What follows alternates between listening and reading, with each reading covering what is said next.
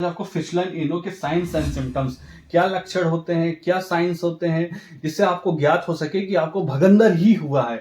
भगंदर एक प्रकार का ट्रैक होता है जो कि मलद्वार से जुड़ा हुआ ट्रैक बाईपास रास्ता बन जाता है। मलद्वार के अंदर एक इंटरनल ओपनिंग होती है और मलद्वार के बाहर एक्सटर्नल ओपनिंग होती है। एक ट्रैक बन जाता है मलद्वार से जुड़ा हुआ, जिसको बाईपास ट्रैक समझ सकते हैं। मलद्वार से जुड़ा हुआ एक ट्रैक बन जाता है, जिसको फिशलाइन एनो कहते हैं। ये बहुत सारे कारण पर डिपेंड करता है क्यों बनता है, जिसका मैं पहले डिस्क्राइब कर चुका हूँ। आज सिर्फ साइन एंड सिम्टम्स के बारे में बात करूंगा।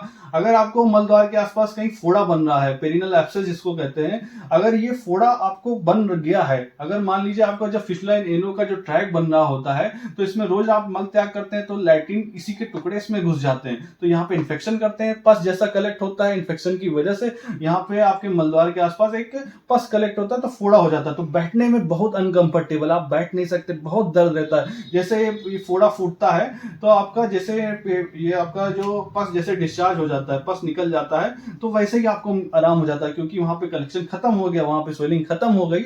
जैसे आपका ड्रेन होगा वैसे ही आराम हो जाएगा, जैसे मवाद निकलेगा वैसे ही आराम हो जाएगा, वैसे आराम हो जाएगा, तो आपका एक ट्रैक बन जाएगा एक्सटर्नल ओपनिंग के साथ साथ। तो ये फिशलाइन एनो के साइंस एंड सिम्टम्स हैं। आप मलद्वार के आसपास फोड़ा फुंसी बन जाता है, लोग समझ लेते हैं वो फोड़ा फुंसी हो गई है। वो दोस्तों फोड़ा फुंसी नहीं होती। अगर आपको मल त्याग करते समय मलद्वार के आसपास अगर आपको कहीं पे पस डिस्चार्ज हो रहा हो या फिर दूसरी ओपनिंग्स में आपको पस डिस्चार्ज हो रहा हो, तो दोस्तों ये फिशलाइन एनो के साइंस एंड सिम्टम्स हैं। और आपको बैठने में बहुत दर्द करता है अगर आपको ये फिशलाइन एनो में, कभी कभी यहाँ पर ब्लड भी आ सकता है इन्फेक्शन होने की वजह से, या फिर आपको इंटरनल ओपनिंग्स जो सोर्स ऑफ इन्फेक्शन है, आपको इंटरनल ओपनिंग है, रोज रोज इसमें लैट्रिन के टुकड़े चले जाते हैं जिसके कारण इन्फेक्शन होता है। तो मल्टीपल ट्रैक ऐसे बन जाते हैं जहां पे अगर आपका ये ट्रैक बंद हो जाता है किन्हीं कारणों से, अगर आपने शुरू में कुछ दवाइयां ली, जैसे आपका घाव हील हो गया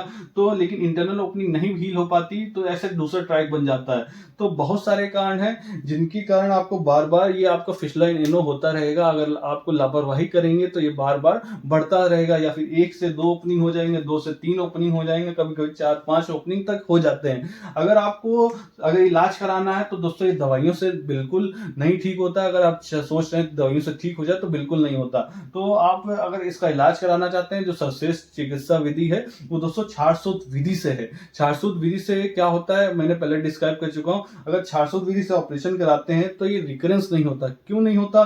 क्योंकि इसमें internal opening source of infection खत्म हो जाता है अगर छारसूत विधि से ऑपरेशन कराते हैं। तो दोस्तों ये रही जानकारी फिशलाइन एनो के साइंस एंड सिम्टम्स के बारे में। अगर जानकारी अच्छी लगे चैनल को लाइक सब्सक्राइब जरूर करिएगा ताकि नई वीडियो आपको मिल सके। धन्यवाद दोस्तों, और चैनल को शेयर जरूर करिएगा। धन्यवाद।